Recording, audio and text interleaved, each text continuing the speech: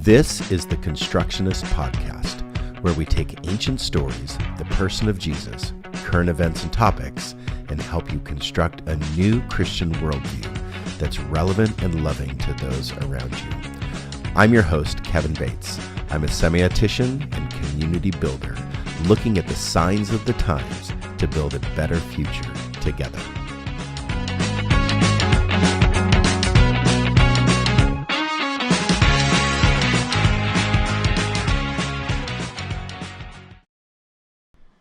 Hey, welcome everybody. You're tuned into the Constructionist Podcast, and tonight we're continuing with this topic of our basic existence, constructing a worldview. We desire for you to be able to navigate your life with a framework of worldview that is relevant and loving to people. That's a big difference in what we're doing compared to what others have done in the past. So we are back into an every week broadcast and diving deep into developing an honest, loving worldview. And if you remember from previous podcasts, we're using an outline of worldview development from a Belgian atheist philosopher by the name of Leo Apostel. So a worldview is the fundamental cognitive orientation of an individual or society, encompassing the whole of the individual's or society's knowledge and point of view. So it's a fundamental cognitive orientation. It's full of values, it's full of ethics, it's full of understanding, it's full of thinking, it's full of framework, it's full of history, it's full of future, it's full of hope, it's full of all kinds of things. It's full of understanding, but it's a fundamental cognitive orientation. We use our brains to develop a worldview. So here's the framework. An explanation of the world, number one. And we did that probably a month ago. We tried to explain the world the best that we know it. And then where are we heading? And so that's where last week we talked about heaven and hell. And are we really destined for heaven and destined for hell as we've always understood it? And that's something to really think through. Now, tonight, we're talking about values and answers to ethical questions, or values maybe that answer ethical questions. So what should we be doing with our destination, impending destination, or what should we be doing with our explanation of the world? And then a methodology. How are we going to carry this out? How are we going to attain the goals of our worldview? And then what is true and false? That's where we're going to get into truth, objective, subjective truth. That's going to be a fun one in a couple of weeks.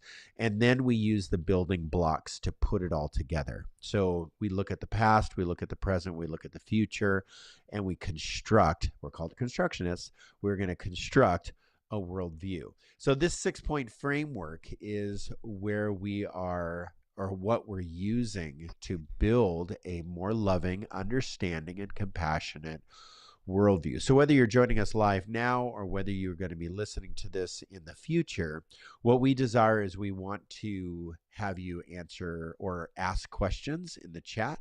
We want you to leave comments on whatever social media channel you listen to, because we really want you to learn to construct something. Because if we don't learn to construct something, we're not going to move forward. If you reject something in the past, or our framework is disrupted in some way, and we're not constructing something for the future, usually we just revert back to what we know. We just revert back to what's in the past. So this is our thinking space where we present ideas and thoughts. We kind of muse around a little bit. Tonight, we're going to muse around a lot. We don't have any cut and dry answers for you when it comes to big ethical questions. Sheree is going to take the last section, and hopefully we're going to get to a bonus section there. But especially some of the things that she's going to be talking about, there's just really not clear answers on. And I think that ethical questions in general, there's not clear answers on. Jake's going to take some scientific ones. Sometimes talking about science is a little more cut and dry than talking about maybe some bigger moral dilemmas that we have in life. So this is a thinking space, and I hope that you learned something from today. So welcome, Sheree and Jake. These are my two associates from Resonate, and we do this Constructionist podcast each every week. So welcome. I'm really appreciative of both of you.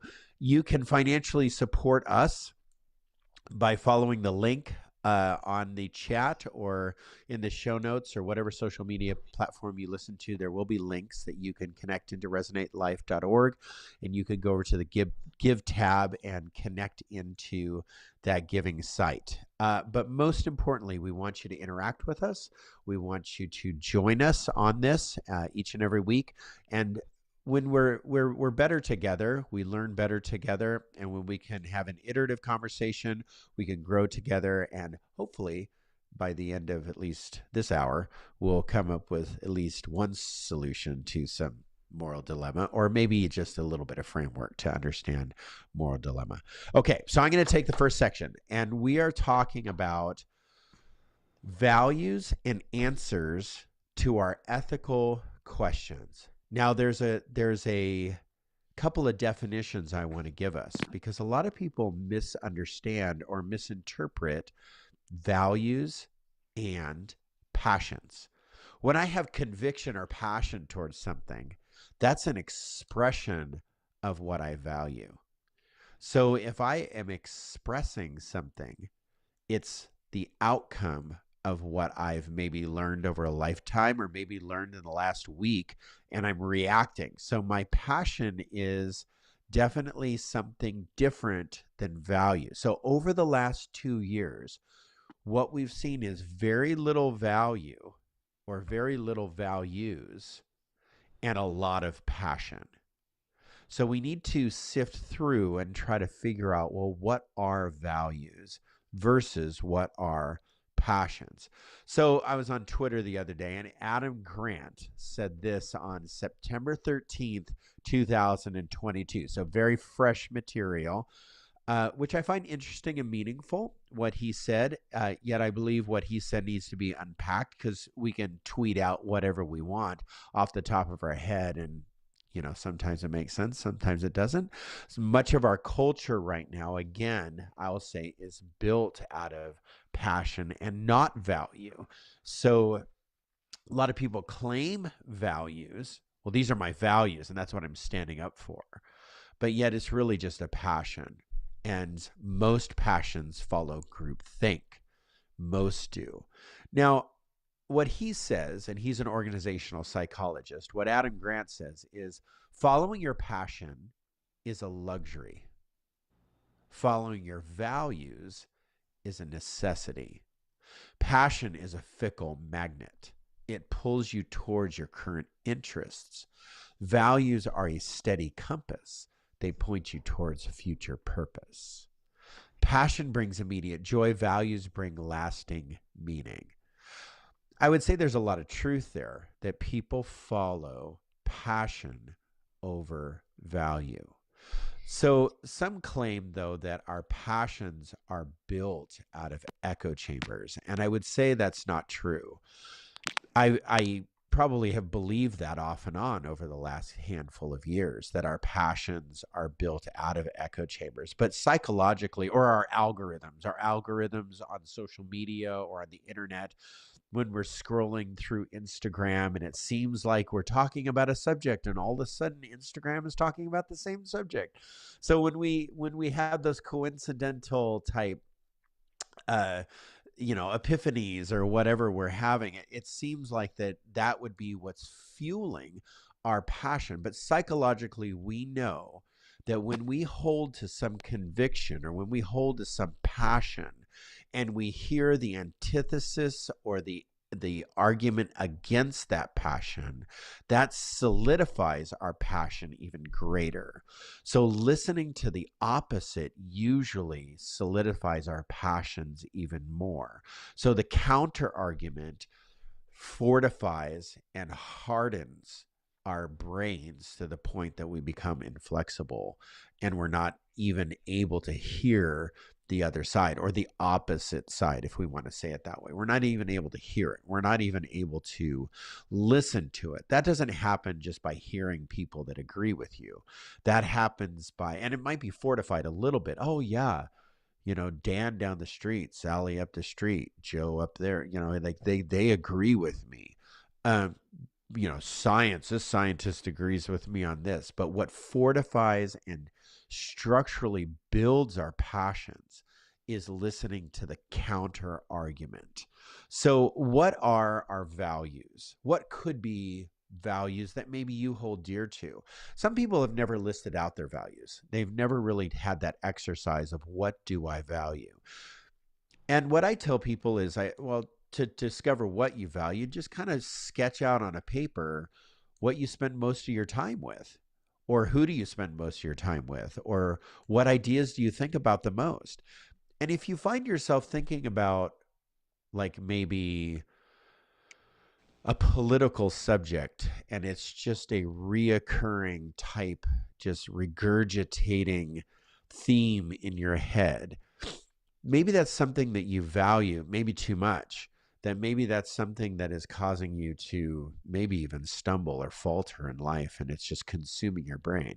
Just know that what you value, usually you spend your time doing or spend your time, in activity towards. Usually. Sometimes that's a passion. Most of the time, though, you start digging into what you're really spending your time doing and thinking about. Those are your values. So, loyalty is a value, spirituality is a value, humility, compassion, honesty, kindness, integrity, selflessness, determination, generosity, courage, tolerance, trustworthiness, altruism, appreciation, empathy, self reliance, and attentiveness. So, those are things that we value and spend our time doing these things. So, we spend our time even in activities you might enjoy. Well, skiing season's coming up. So, you might enjoy skiing or you might enjoy hiking. You're trying to get a fall thing in before the weather hits. And you're trying to sneak that passion in. How you behave in that passion and what you're doing in that passion definitely shows your value. So if you value humility and compassion, when you go out and hike, you're going to leave the area, you're going to, humility and compassion, you might bring somebody along that has never hiked or camped or done something like that before. So you have maybe a heart of honesty and kindness towards that person in that activity, whatever it is. You can think about those things in your own time. But beliefs also are different than values, which are different than passions. Can I ask Yeah. something, Kevin, about values? Yeah. Your list of values are all positive. Yeah. Do values have to be positive?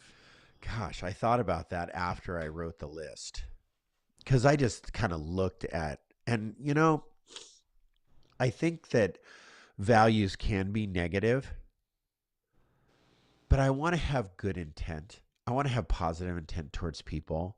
And I want to say that people don't value hate. Right. No, I think you're onto something. Like, I think people don't value hate, but maybe they value life to be a certain way. Mm-hmm. Or they value their own group, whatever that is, so much. Version or whatever. Yeah. Yeah. Could that be hateful? Yeah, I think so. I think it could be hateful. Yeah. I think the group could be, have a sense of apathy or a sense of negativity, whatever that word is that we want to, that's not positive. What if your value is sarcasm? I think that's a disorder. To be honest. I think people who are sarcastic are just insecure and they're trying to cover up for their own insecurities. That's what I think. Yes. So what Rob says that he values big emotions. Okay. So what I hear you saying is that a negative value is a disorder or a positive value, or a positive is the value? Well, I would say that a positive value is more of, well, I don't know yet. Maybe we need to muse around that a little bit. Can I Because I would say, try something? is a negative value sin? I mean, is that what we I think categorize as Shrey wanted sin? to say something there. Yeah. Yeah, well, like with another example, I doubt people really value greed. I do think people value success, Yeah. And they value Yeah. money. which could be like an indicator of Yeah. success. Or Right. maybe people value power. Yeah. So like greed is the expression of that value, but I don't think it's the value. Totally.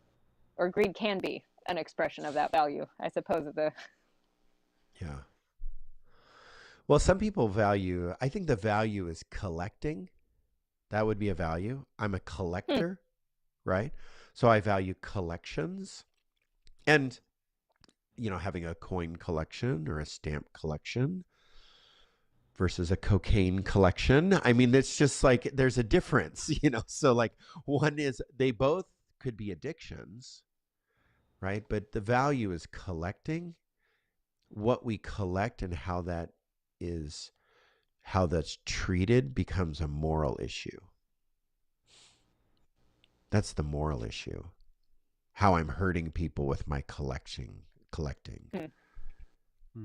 Well, let me finish introducing some other thoughts, and we can definitely go back to that because Shreya, can you put a marker on that to make sure that we go back to it? I can. All right. What specifically? Can values be negative versus Okay. values be positive? I think we need to go back to that. So what I was about ready to say is beliefs are basic assumptions that we make about the world. Where we get those beliefs, you can get those from the Bible, you can get those from other spiritual texts. Your beliefs are assumptions that you're making basically maybe off of just your own opinion sometimes, or what somebody told you once back in the day becomes your beliefs, or what an ancient text tells you back in the day, that becomes a belief, an assumption about the way the world is and how we are to maybe be in the world. Our values stem from beliefs. So if we believe in God, or we believe in this Jesus God, and Jesus then forgives sins, and we're to be like little Christs, little Jesuses, then we would then forgive people. We would forgive sins. So the value becomes forgiveness. The belief is that Jesus did this for me, so I can do this for others. Passion, though, so if we have beliefs, then our assumptions, values come out of those beliefs. Then passion is a state of emotion that we're acting on in those values. So it's that intense, driving, sometimes overmastering feeling or conviction in the value that stems from belief. So when somebody is disloyal, does that make you angry? And did you just flip your crap over somebody being disloyal? Or if somebody is like not kind and they just think that being right is the answer and they're not kind, are we angry? Our passions for kindness, or our passion is the expression of the emotion of the conviction or the value, where it all stems from those types of things. So there's some ethical lenses that I want to look through tonight. And these are really important because these are how our ethics, or our values, let's say, these are how our values are formed. And I want to say all my values are formed from Scripture. That's just not true or real to say. I can weigh my values or my ethics towards Scripture, but it definitely, our values have a cultural component, a subjective, experiential component to them that we do have to weigh in on those things. Otherwise, we don't live in reality. And we need to live in reality. That's what we discussed first week. And so we're going to ground ourselves in reality when it comes to our values. Okay, so values and ethics. Let's just talk about ethics for a minute. I'm going to use interchangeably some words. Ethics are not the same as feelings. Passions have feelings in them, but ethics are not the same as feelings. Ethics or values are not the same as religion. Ethics are not law. Ethics are not the same as cultural norms, and ethics are not science. So they might have scientific components or discussions around them, but that's not, it's like my friend Tara would say, that we don't believe in science. We might follow science. We might value scientific methodology, but we don't believe in science. So a lot of people confuse belief, values, ethics, and like in this case, what they believe in, science. So there's lenses that we look through to develop values. Like why do I value empathy, appreciation, altruism, and trustworthiness? Why would I ever value that? So we have different lenses that we look through that we need to be very careful when we look through these lenses. Some people will only look through one lens, like my rights, right? So when you have the rights lens, where there's basically like law and practices protect and respect our human rights, that's a lens that we look through. So a value that we have needs to look through what we'll call the rights lens. But that's one lens of many. So a lot of people get hung up on maybe the justice lens on one pendulum swung side of the justice lens. So those people who think that there's an eye for an eye, a tooth for a tooth, if you murder somebody, let's send him to the electric chair. That ethic or that value that you're stating, or even that belief, is seen through a justice lens. And so that justice lens in its basic form is each person should be given their due. One side of that lens, yes, we should all be given human rights, equal opportunities, and work on equity and equality. Yes, those are just things. But a lot of people just like hang out on one side of the camp, and just are the eye for an eye type of person and just kill them because they're, this or that. We just need to kill them. So the justice lens is a very careful lens that we need to think through and see through, because equal treatment, I believe in. I also believe in grace and forgiveness. And so how do we see through justice? Then the utilitarian lens. This is where how my action impacts others. Do my values impact other people? And then that leads into another lens called the common good lens. And that is the community or the communal, like what people would say, can I say social lens? It's a more social lens that people think through. So we sell our possessions and give to the poor for the common good. I would say whatever you think about Patagonia right now, that's a common good lens that person saw through. So the owner of Patagonia, if you didn't read the news, set up a trust that gives that money to the cause that he believed in for the common good of all humanity. And whether you agree with how global warming is coming about or whatever you believe, and if you criticize him for how, that is his ethical lens, that's his value lens that he saw through with his company. Then the virtue lens, where there's certain virtues that I would say are more innate to human beings, our humanity, that provides the development of our entire humanity. These are dispositions maybe that we have. These are habits that we have. And so this is where like maybe love fits into. Love is a virtue. Fairness might be considered a virtue. So we see through a virtue lens what's good for humanity. Then there's the care lens, where we use the care of the earth, the care for others, the care of humanity. Maybe this is where empathy fits in. That the empathy virtue is, or the empathy value is seen through the lens of care. And so this is a very relational lens. It is, well, is this the lens of kindness? This is the lens of alongsideness, coming alongside people. So these are the lenses that we help us, I guess I should say, help us develop our values. We might have a certain level of belief, yet my personal experience tells me something, and my cultural integration tells me something. How I'm showing up in the world tells me something. And so then I start using these lenses. So you might not agree with certain things that are happening in the world.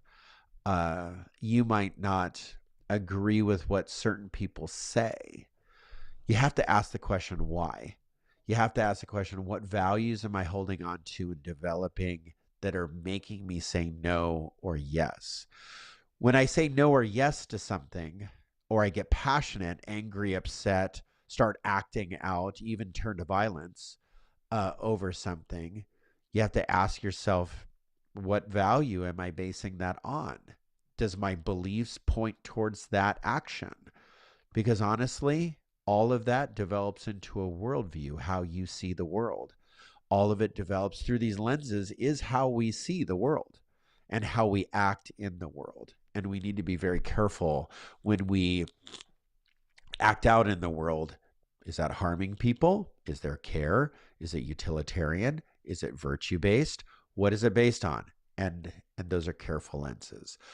So an ethical question or an ethical dilemma that is pretty common in psychology or ethics class, if you ever take an ethics class in like online master's class or something. So if you take an ethics class, one of the dilemmas that they'll throw at you is the trolley problem. And the trolley problem is there's a trolley that is headed down the tracks. And the tracks split into two tracks. So on one track, on one set of tracks, there's one person standing on that set of tracks. And if the trolley takes that one track, that one set of tracks, that trolley is going to kill that one person. But if the trolley takes the other set of tracks, so remember the tracks split in two. If the trolley takes the other set of tracks, there's now 5 people on that set of tracks. And if the trolley takes the tracks, the trolley will kill 5 people. So that age old, is it better to kill one person and save 5? Or is it better to kill 5 and save the one? Now, somebody that's just cold is going to say, well, my ethics and values say kill 5 because they're worthless. That one person is the means of production for all of society. And so we need to save them.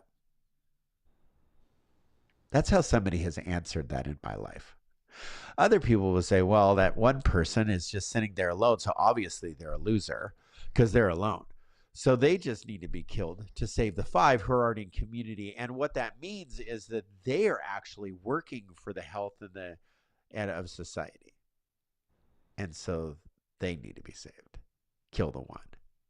So I just give that simple example, right, of what you value and what you see, the one person or the 5 person.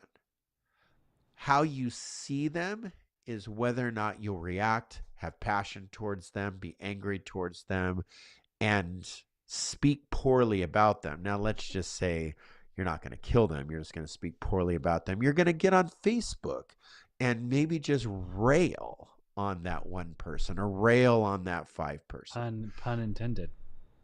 Nah, no pun intended. Right. All right. So let's get into our discussion.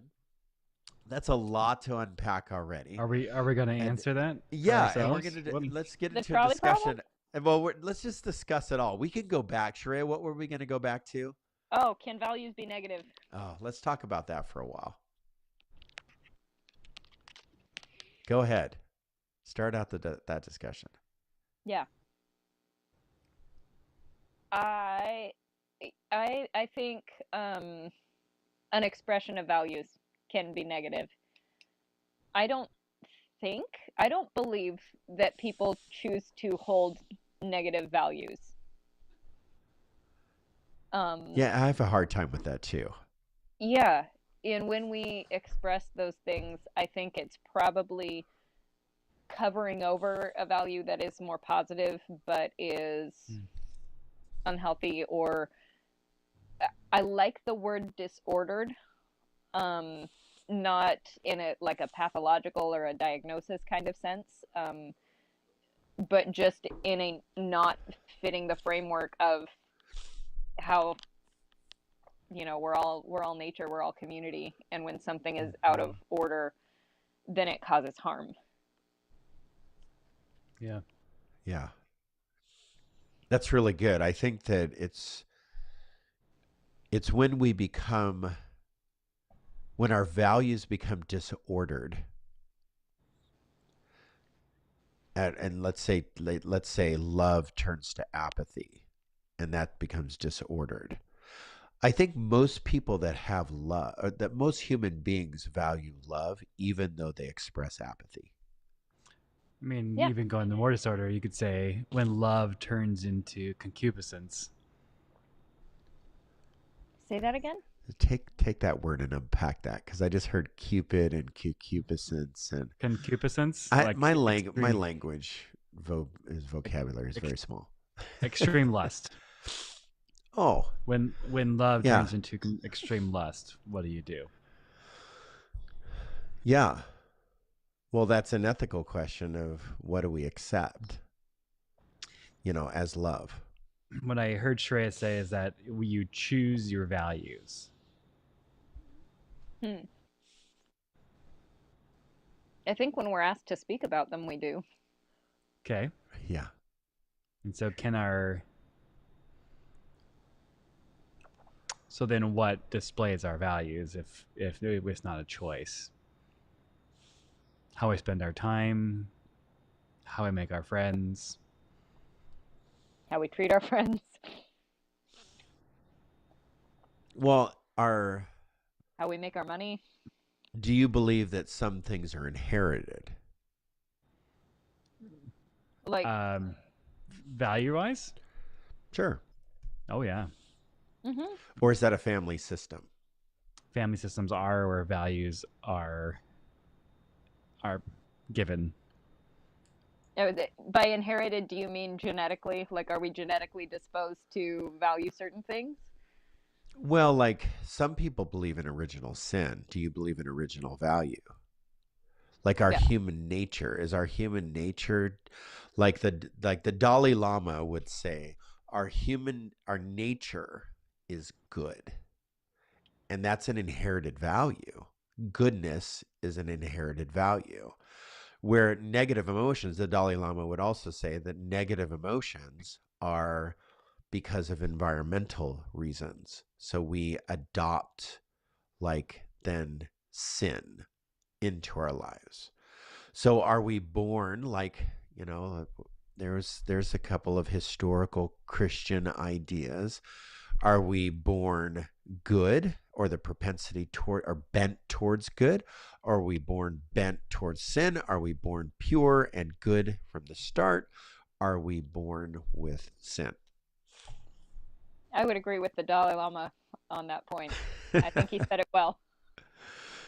Well, yeah, I mean, I think, definitely. and even Genesis 1 and through Yeah. 3, if we follow that story, our That's good. inerrant or inerrancy is good, beautiful. So what do you do with Romans 5 then? I could twist that all around. That our sin comes from one person and we inherited death. Our sin entered the world through one person, sin, Yeah. capital S sin. And that is if you follow Pauline theology, it's the character of sin entered the world through one person. Okay. So do we inherit goodness? We inherit goodness. We do not inherit. We are not created in the image of evil. We were created in the image of good. So, Sharia, what were you going to say? Because I have a so there for. Yeah, inherit feels funny to me because of how genetic it sounds, but I would say we're born good because we exist. So I believe that all people, so therefore, this is my so therefore, because I agree with both of you. I believe that we're created in the image of God. And if we're created in the image of God, and the image of God would be all of these values, maybe that I listed off, plus a lot of other values, nature, like my nature is all of these things, or my virtue is all of these things. I might be able to develop the craft of expression of generosity, appreciation, empathy, self-reliance, attentiveness, all that kind of stuff. But those things are embedded in me. And I do agree with the Dalai Lama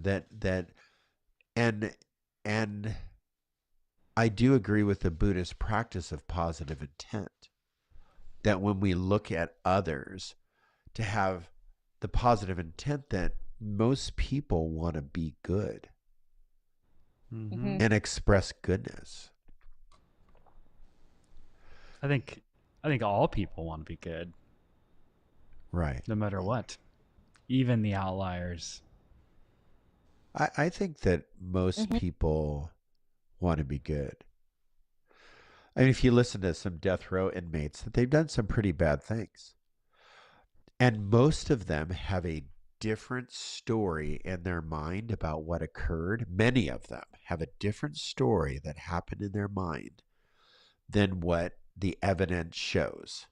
And that's pretty much why they're on death row, is that they had this, like, maybe this out of mind experience, or maybe they had a moment of insanity, or maybe to take a life of another person, you have to have that moment of disassociation in your mind, that this is an option. To take another life is an option. That's a disassociation in mind. And when somebody has that disassociation and then they reflect back, and the stories that I've heard and listened to people, and even people that I've known in prison ministry when I used to go into jails and stuff and listen to people that have killed other people, their version of their life now doesn't reflect that story, that disassociated story. So most people that I've talked to have a much different nature inside of them, even though they killed somebody in the past. Yeah. So I would say that whatever that event was, or whatever led up to that event, or all of those pieces that put through, they were put through, or whatever, that ultimately they want to be good. Which, killing people leads to our next issue of the trolley. It does. Do we kill the 1 or do we kill the 5? Is that the next issue, or there's more? Well, part of the issue with it is that you have to be the one to pull the lever. So when you make that choice, like, even if you are saving the 5, you are actively choosing to kill one person. And that doesn't feel good. I think to walk away from the lever is the best choice. Oof. And let the chips fall where they may? Gosh. Let the chips fall where they may. Wow. That's not your choice to make. Wow. That's harsh. Harsh. Harsh. That is harsh. Well, The, I would. I What can I I would can I do. preface my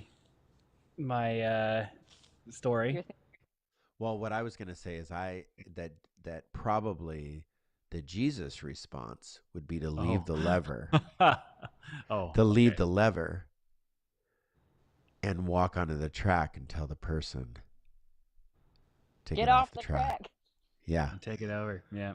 Or maybe the person just needs to tell all the people to get off the track. Yeah. You know, don't move the lever. Just tell everybody to get off the track. I just want to throw out there that there are so many trolley problem memes, and they're my favorite genre of meme. Oh yeah, yeah, totally. Okay, Jake, what were you gonna? I mean, say you have a party hosted on a track, and there's 5 of you just sitting there and not paying attention to the train coming. Okay. I'll just leave that there. You're drunk on the track. Is that what you're saying, or what? Anyways, Yellowstone, when it burned really bad, like 15, 20 years ago, can't remember the exact era it burned. I just know the story. There were within our lifetime. Yeah, within our lifetime. I think my lifetime, maybe. Yeah. There's a pack of, I'm going to say elk, and they're being surrounded by the fire. Yeah. And the Forest Service had to make the decision, do we save the elk or do we let them burn? Do we step in? And I believe that they let them burn because the fire was started by lightning, not a human. And then in other cases, they will save herds because the fire is anthropogenic. Right. Started by human and perpetuated by humans. And they'll even put out the fire when that happens. Say again? And they'll put out the fire when that happens, and they'll put out the fires. But they fought the other fires too, but they just didn't actively save that herd and divert their resources all there.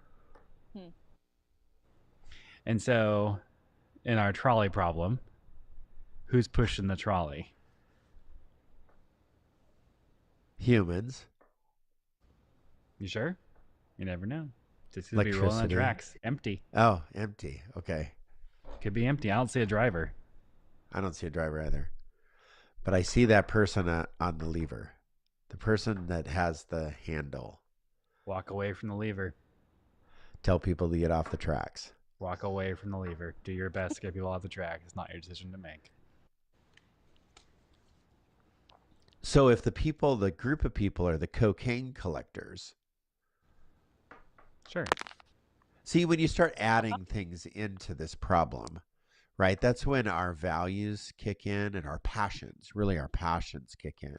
And we say, let him die.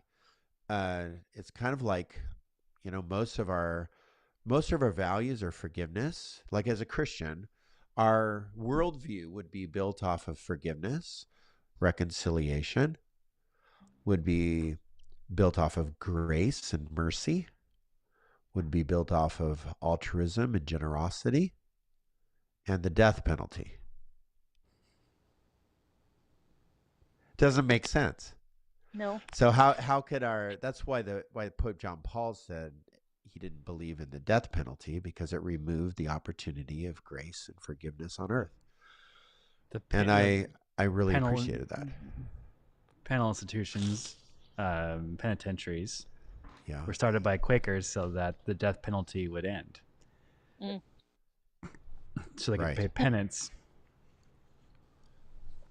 Right. Or correctional institutions so they'd be corrected and not just thrown away.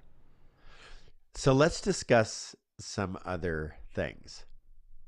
Okay. because I want to go back and forth between you and Shreya, Jake and Shreya, and I want to talk about some ethical issues. So, Shreya, I'm going to ask you the first one. Okay. Okay. So, here's an ethical issue. What are human rights versus Oh, human privileges? you want to start there? I do.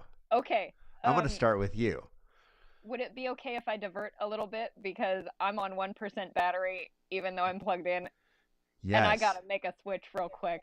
Yes. Okay. So let's go to another one. Let's Okay. start with See you Jake then. soon. Okay. So did we So wait? It is she's just edit- going to switch really quick, I'm sure. Okay. Okay. So, Jake, you're going to answer the question: should we make everyone normal? I'm just going to ask it that way. I don't want to ask it any other way.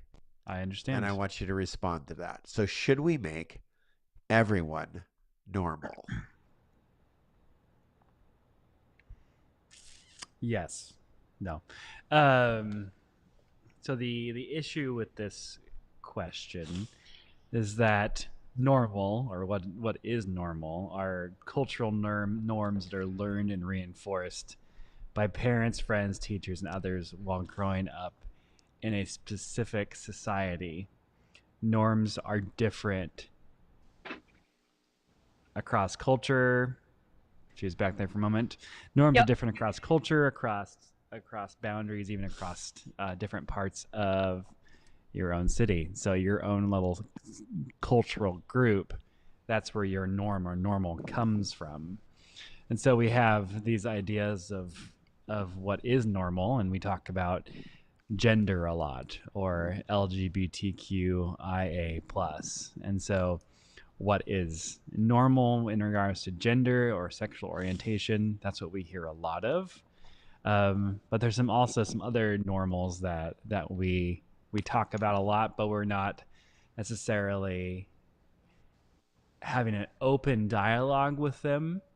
We are just accepting the way that we do, and that's the isms. So like, what do we do with age, or what do we do with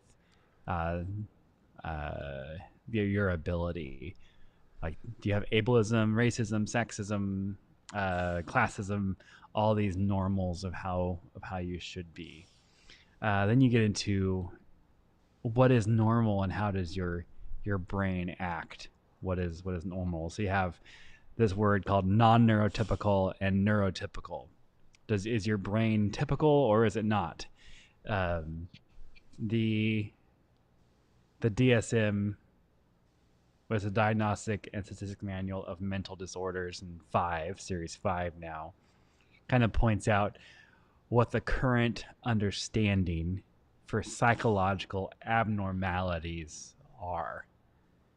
And so mental and psychological abnormalities, so all the way from autism to MPSI to lots of different things that are there that point out that it's not necessarily normal according to them. There are 5 different variations because normal has changed a lot. And so that, and I know it keeps coming out to be more inclusive, I feel like, of what normal is. And then you have this test called the Minnesota Multifaceted Personality Inventory. And so it takes your understanding of yourself and puts you on a bell curve, statistical bell curve. For other people, that's the MMPI. Yeah. The Minnesota Multifaceted Personality Inventory. And that's where you look at yourself and your understanding the world and how do you line up with other people. Trying to read Rob's comment.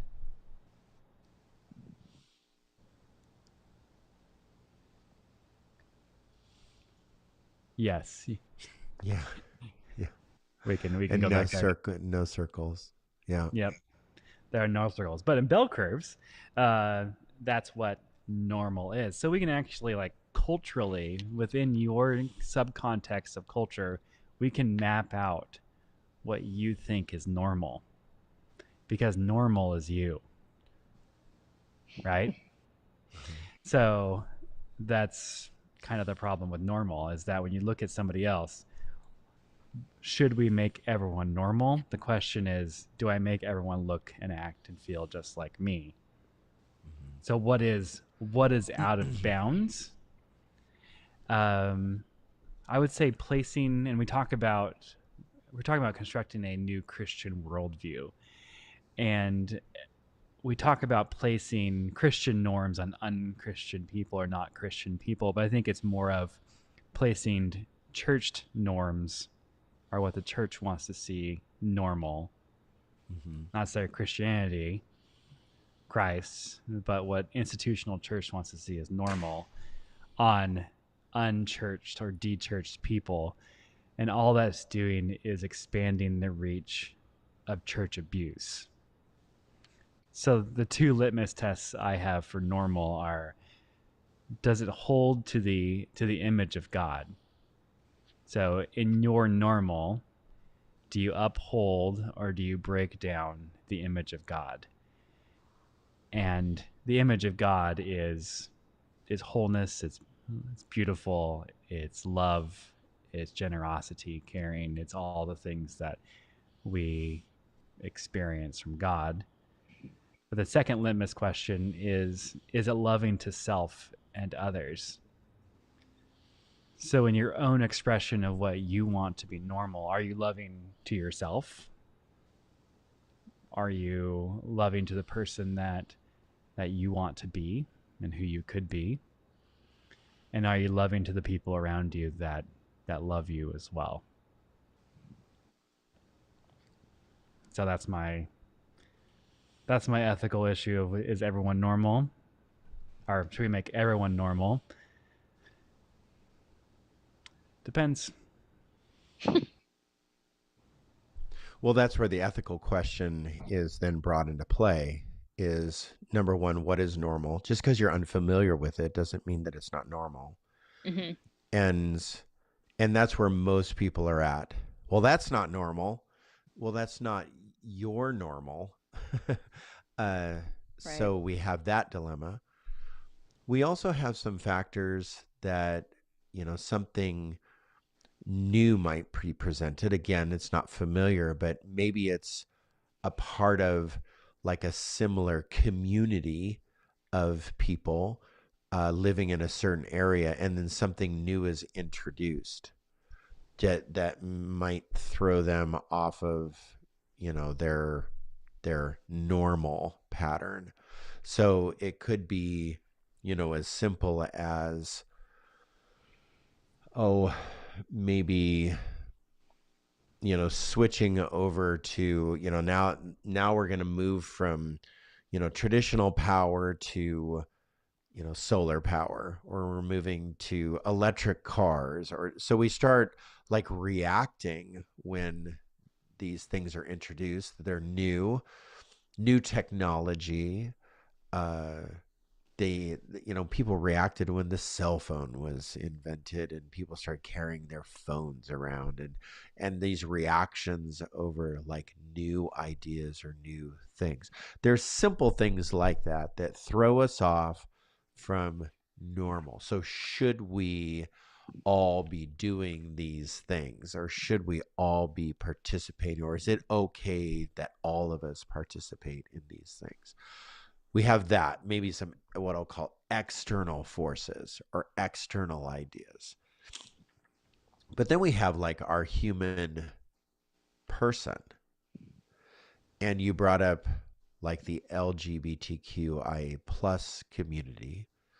And I think that Christians have really, number one, done a really terrible job in showing love and addressing lots of different communities of people with kindness and compassion and generosity and grace and such.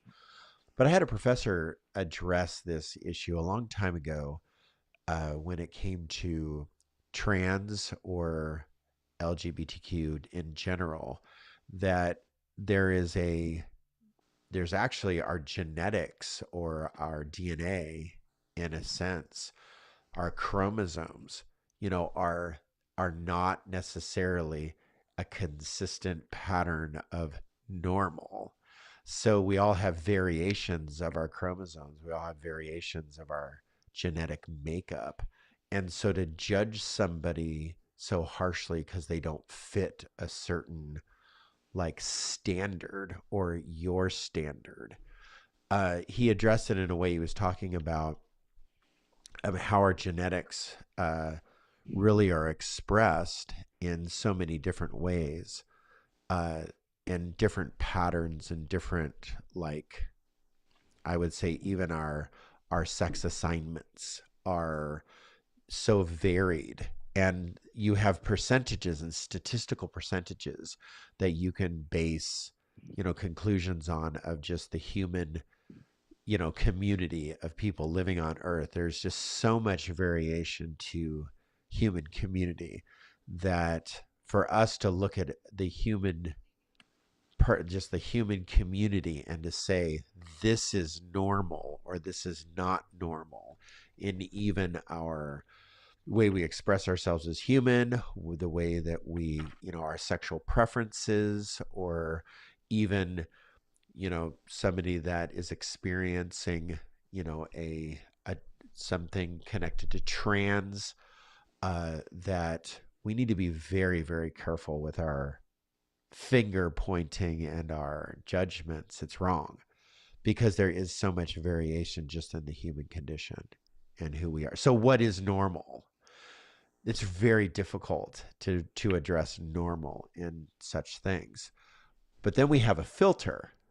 And remember the ethical filter? Our ethical filter needs to then kick in, and we have a care lens, we have a love lens, we have a compassion lens, we have a humanity lens that I think Christians have forgotten to look through a lot of times. When we try to put the label of normal on anyone, no one's normal. No one. Yeah, because just the human community is so diverse and variant. Is that a word? Variant? Gratified. Yeah. Yeah. Yeah, there is no such thing as normal. So, like, the question is, should we make everyone normal? I think the better response would be to make everyone abnormal. Well, the reason why I bring up the subject that I did is I heard a preacher just here recently say that trans is a myth. Huh. And it bothered me. It bothered me a lot because I know people and I have talked to people and have not necessarily, a deep relationship with the community, but I know people who do. And to say that something is a myth is like just like discounting somebody's human experience. And you call that an invalidation of somebody's being. And that's just not what Jesus would ever do. Jesus actually addressed different people in the crowds, the Sermon on the Mount, in a way that certain people will attain higher, like even blessing in the kingdom because of their quote abnormal. So like, not to say that certain people are abnormal, but he addressed people in a certain way that those that are marginalized on the outside or not considered part of the in crowd will be attaining the first place at the seating table than others. So I think that as Christians, we need to be very careful with this. Should we make everybody normal? And you're right, Jake. What is normal? But also what comes up for me is that I think that idea of normal is just a form of control. And yeah, I think that trying to have control is antithetical to a Christian worldview. I mean, I think you're exactly right that's trying to set the standard of what is normal is anti-Christian. yet mathematically we know what normal is Because of the bell curves. because of bell curves. We know what normal is. Yet, when we put policy and politic and on to what we think normal should be and not follow, I'll say even science, because like that is a measuring tool that we use. And I'm speaking more to the MMPI at the moment, that we know what normal is and we know when we have deviated from normal, right? And Can I pause you for a second? Because I want to gain some understanding. So just because a bell curve says something about a current society, right? So normal height for males living in the United States in Oregon, right, is this, whatever that normal height normal is. Yeah. But 100 years ago, that wasn't the case. So is it normal, quote, are you saying for the era of time? For the current culture and position that you're in, your current place and culture, you can tell what normal is. I mean, you can tell what normal is for the entire world if you're going to take it a very huge MMPI and actually put it over all of the world, and everyone takes it. But if you have a group of people and they take it together, or you have like white males from 30 to 50, or you have white females from 30 to 50, each of those things we can statistically say what is normal. Mathematically, statistically, scientifically, we know what's normal. I have an idea. Are you saying normal or common? Normal. The scientific understanding of normal. Okay. All right. Thank you. Just needed some clarity because that word is just kind of hitting my shoulders wrong. Yeah. You know? I think part of it, though, is do we view normal as descriptive or prescriptive? Because normal can just describe what is common, what is typical, maybe. But if it's just describing, that's completely different than saying this is the way things ought to be. Yeah, and so okay, so there's okay, so if Jesus' truths, right, transcend all time. Okay. Right. Then does our normal should that speak what things ought to be or what things are? Do you want to answer first, Shreya? I can try. It's going to be a word salad instead of a coherent thought. Okay, then I can answer, and then you make sure there's croutons on there, please. To me, what you do with those truths make you normal or abnormal. Oh, interesting. Yeah, what was coming up for me was definitely the difference between like action and being. Mm-hmm. Exactly, like what we do with an action. Mm-hmm. Yeah, is what makes the difference. And so if you take the position that all truth is subjective and based, all truths are socioeconomic axioms that are based upon objective truth. And the objective truth is the person of God, the personality of God. Jesus' truth is objective. And we base all action, all of our subjective truths, because all of what we think are true is actually subjective truth, upon that person, Jesus, because that is the only truth that we have. That's the only compass. Then really how we respond to that becomes our normal.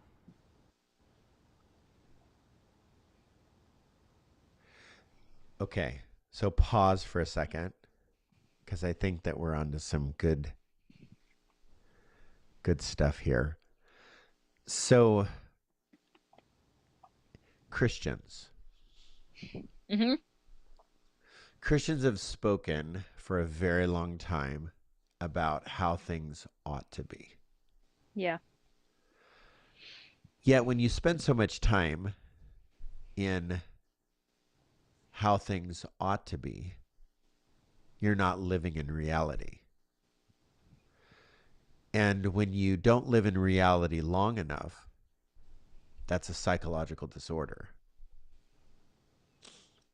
You're You no have an longer alternate. normal. You're an Are you alternate. telling You're me living that? in an alternate reality. You're Are you outside the telling So- bell me curve. that Christians have a disorder? Well, some people think that.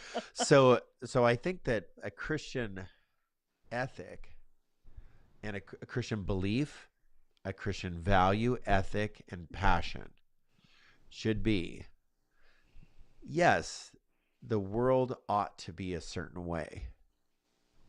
Yet the reality is the world is this way. And the Christian ethic is, how do we behave in the world that is this way? And also, how do we help the world become this way? Okay. So there's some really complex things though when you start imposing your version of how the world ought to be onto. So like love, so how do you know what truth is? That which is closer to love than far away. So if heaven is a place of love, that is a truth about the way that the world ought to be. If Mhm. Jesus, if like I've said before, if I'm a parent and the one thing that I want my children to know more than anything on the planet, no matter what they do, who they claim to be, or what they become, or what job they hold, no matter what, if they have no job, no matter what, I want my children to know that I love them. Right? So if God is anything like me and my feelings towards my children, God's children, that is what God wants us to know as well. And our expression of that is heaven. So the truth that I need to bind myself to is God loves me and God loves you. And no matter who you are, no matter what you claim to be, what you're doing, not doing, saying, not saying, no matter the mistakes that you make, the one thing that God wants you to know is that you are loved. Period. Mhm. That's the way the world ought to be. But for some reason, we have found ourselves as Christians crafting a certain, like, for example, with gay rights or gay marriage or some of the LGBTQ discussions, we have developed a sexual ethic versus a love ethic. Or when it comes to morality, in general, we have this moral ethic versus a grace ethic. And I think a grace ethic transcends all time, no matter what common or normal or abnormal is at the moment. So grace and love transcend all time. Forgiveness transcends all time. Right? Reconciliation transcends all time. So those are the ethics, or those are the values that I think need to speak very loudly that are not speaking, because our worldview is to make the world into the version of what I think it ought to be. I don't know, there's a lot there. Yeah. You're agreeing with some eye rolls. I'm not trying to roll my eyes. I'm just, looking up at my brain to think. The thought's in there somewhere. There's thoughts in there somewhere. Okay, Sharia, Yeah. we got to get to yours. Okay. Your at least one. At least one of them. Yeah. Can you read the Okay. question? Because I didn't write it all the way down. What are human rights versus privileges? What are human rights versus human privileges? Yeah. So, starting with the story of the Bible, the first thing that I was thinking about was in the Exodus story, the manna in the desert. That food was there. God provided water. God provided community. And in the words of Daniel Erlander, everyone has enough and no one has too much. Um, and I think that's a very simple, but also beautiful encapsulation of Yeah. our rights as humans. I also thought about in the Sermon on the Mount, this is in Matthew 6, 25 through 26. So, Rob, if you have that one to toss up on the screen. And if you don't, I will have to grab my phone very quickly. Right there, Shreya. Right there. Perfect. Thank you. Therefore, I say to you, don't worry about your life, what you'll eat or what you'll drink, or about your body, what you'll wear. Isn't life more than food and the body more than clothes? Look at the birds in the sky. They don't sow seed or harvest grain or gather crops into barns. Your heavenly Father feeds them. Aren't you worth much more than they are? And I think right here we see Jesus and, I guess by proxy, God, acknowledging that we need things in order to live, and that it's important to God that those needs are met. So I think the idea of rights and what we have a right to is tied to what our needs are. We need food to live, and so food is a right. We need water to live. Water is a right. The other thing I was thinking about, I took an Understanding Judaism class in seminary, and they brought in a rabbi. And during our Q&A section, someone asked her what Jews believe about abortion. Yeah. Which is a really broad topic. You know, I don't think it would be fair to nail down the opinions of an entire religious group, you know, based on one person. Yeah, I speak for all of Christianity. Right, exactly. But what she said was, you know, Americans love to talk about their rights. In Judaism, we ask, what is your responsibility? And that's just stuck in my brain anytime a conversation about rights comes up. Because I think the posture is different. Asking about our rights is a posture of receiving, whereas asking about our responsibilities is a posture of giving. And I do think that a posture of giving is more reflective of who Jesus is.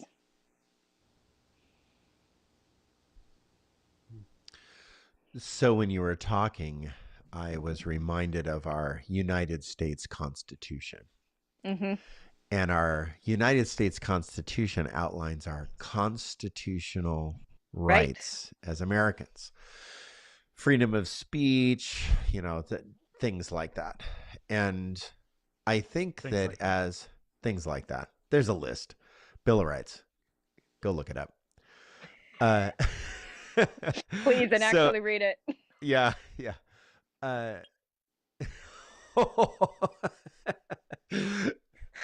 Not name calling, or not calling anybody out. So I think as United States citizens, right, we confuse our constitutional rights with human rights.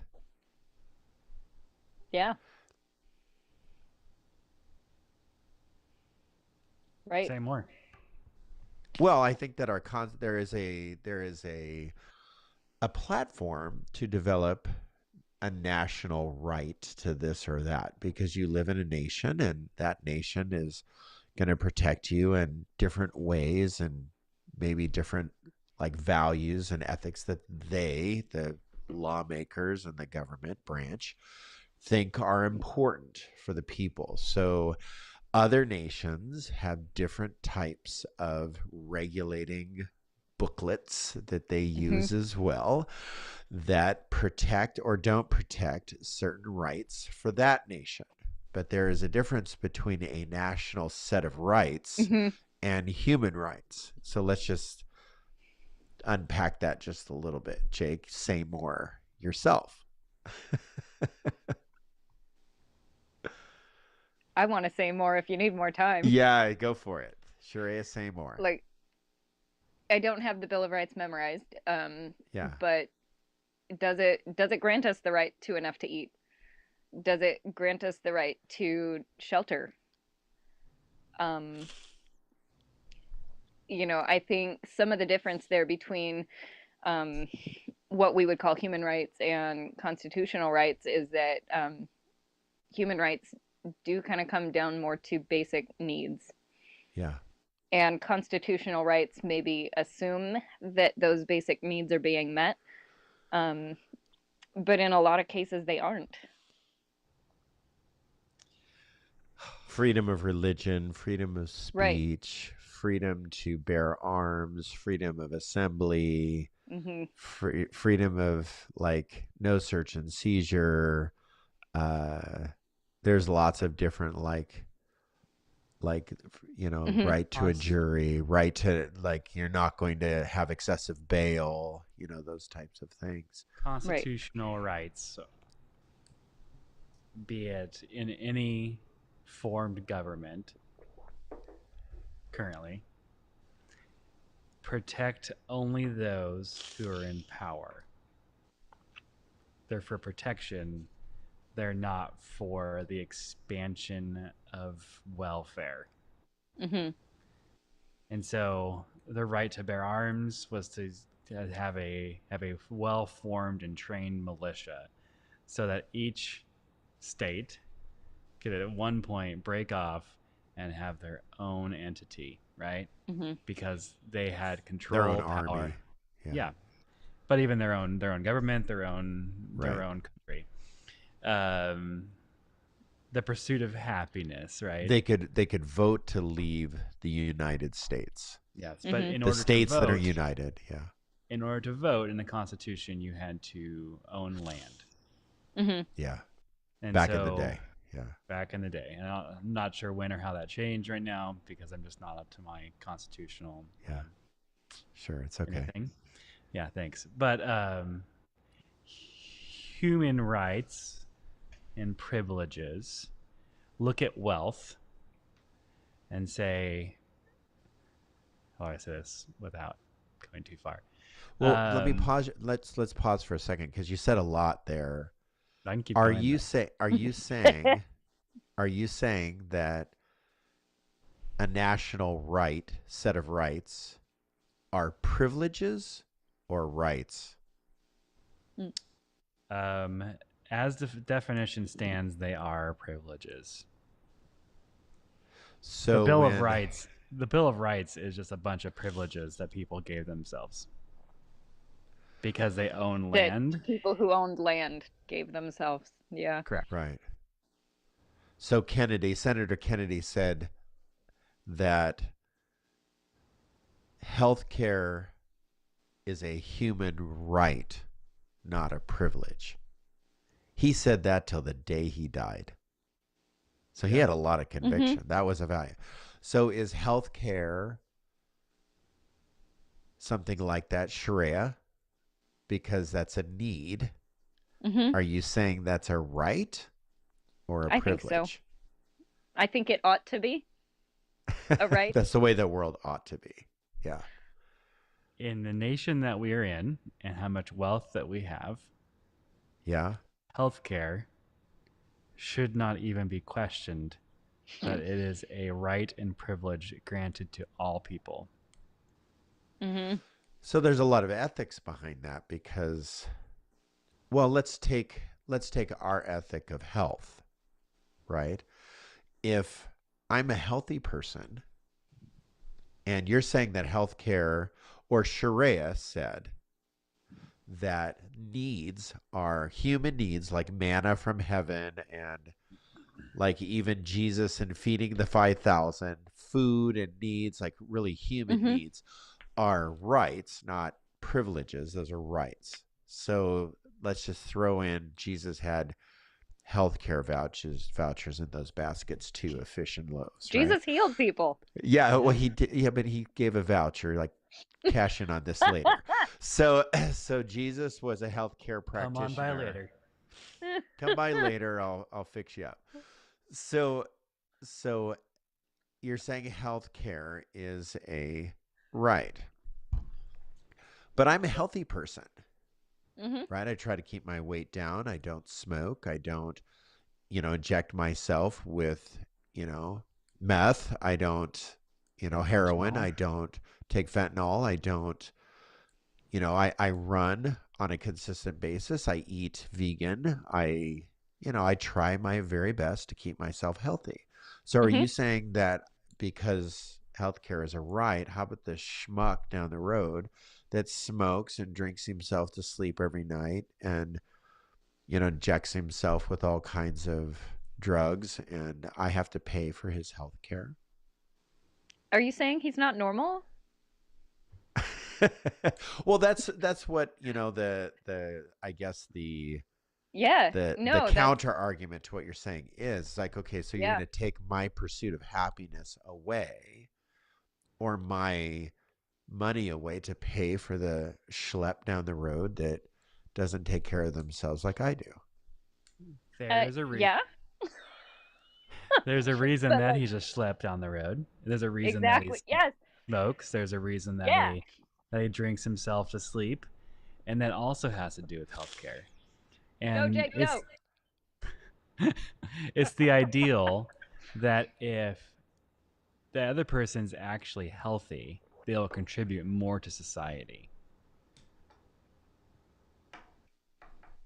And so you'll actually get a greater return on your investment, Hmm. any investment that you have, if you focus on healthcare and give healthcare to all people, because they will essentially be better utilities for you to use.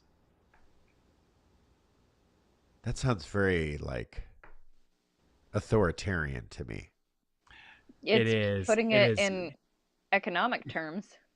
It is basic utilitarianism. So I'm not going to point what direction, but I have a person that is located on my street close to me. And that person is not healthy. They're wealthy. They're not healthy. Can't you point in every direction? Oh. That person is healthy. Yeah, exactly. Exactly. Okay, exactly. So We can all point in every direction. every direction. Yes. Perfect. Thank you. Around me, right, is a bunch of healthy, unhealthy, and wealthy people. Mhm. So as they are unhealthy, my health care goes up because I Yeah. live in this area, and statistically, that's how healthcare works, or Yeah. payments. So I should pay for them to be more healthy, or excuse me, uh, basically, I should pay to maybe perpetuate their problems or maybe band-aid their problems and maybe even make them more wealthy. Because if I band-aid their problem and get them back to work, they make more money and they can become wealthier. They're not fixing their health. They're just band-aiding their problem, taking some medication or whatever. I don't think that healthcare has to do with just taking medication, though. Yeah. Well, sure. There's a lot of holistic ideas in healthcare.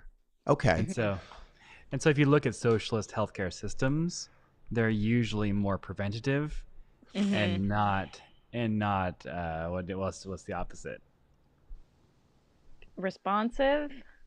You have preventative health and you have the other health. Yeah. Preventative Is there a health word and for it? Health.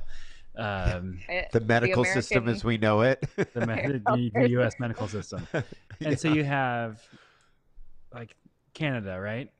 Had an employee that I think got strep throat while she was climbing in Canada, Okay. bouldering.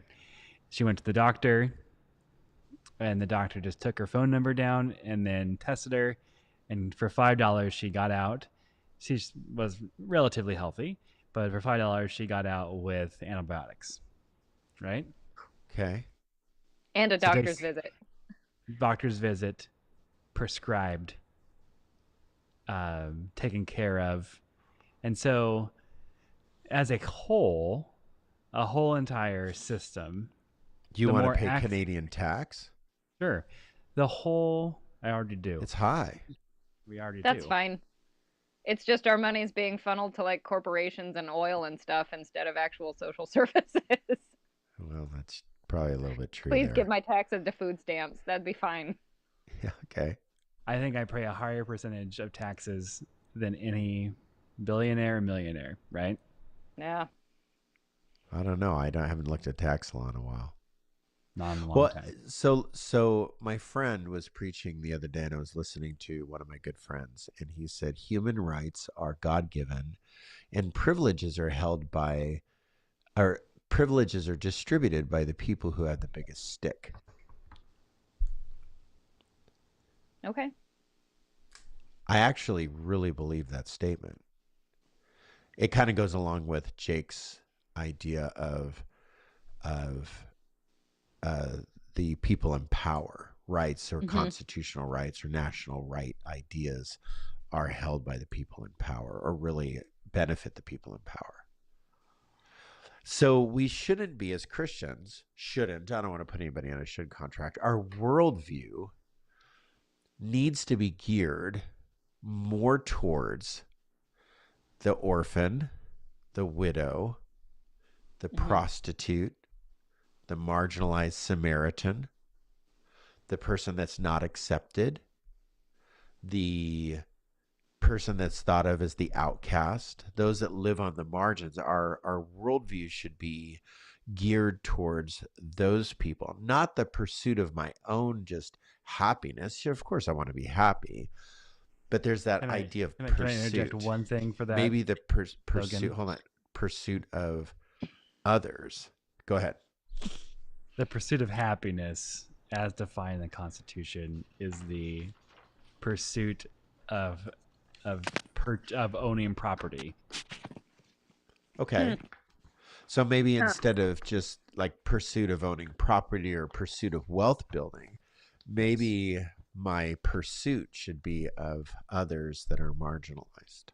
Correct. And maybe that's where my worldview, my ethic, does that transcend all of time? Yes. So if we give the whole world an MMPI and we come up with a normal bell curve of what is normal, right?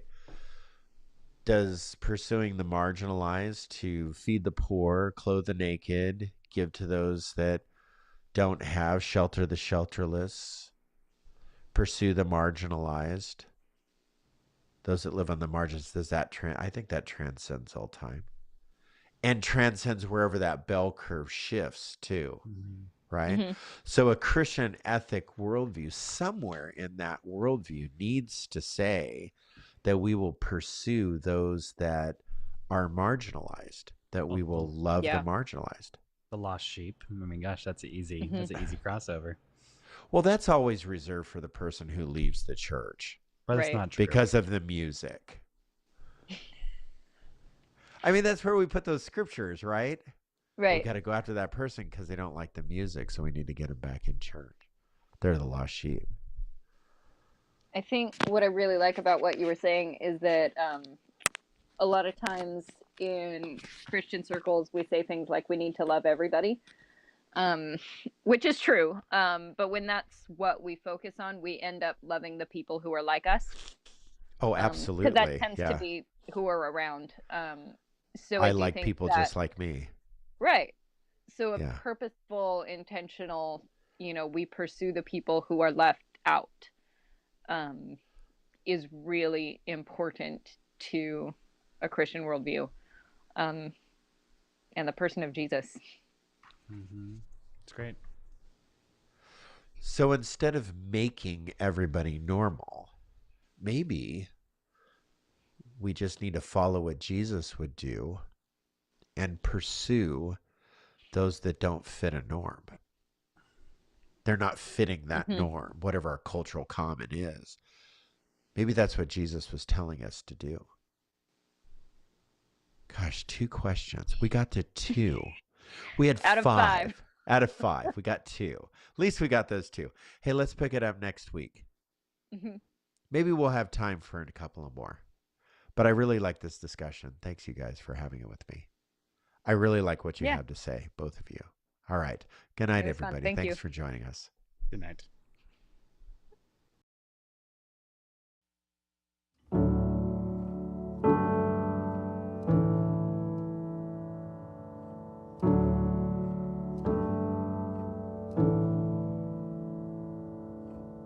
Gracious Father, we give you praise and thanks for this holy communion, the body and blood of your beloved Son. The body is broken, God's love poured open to make us new. Lord, make us new.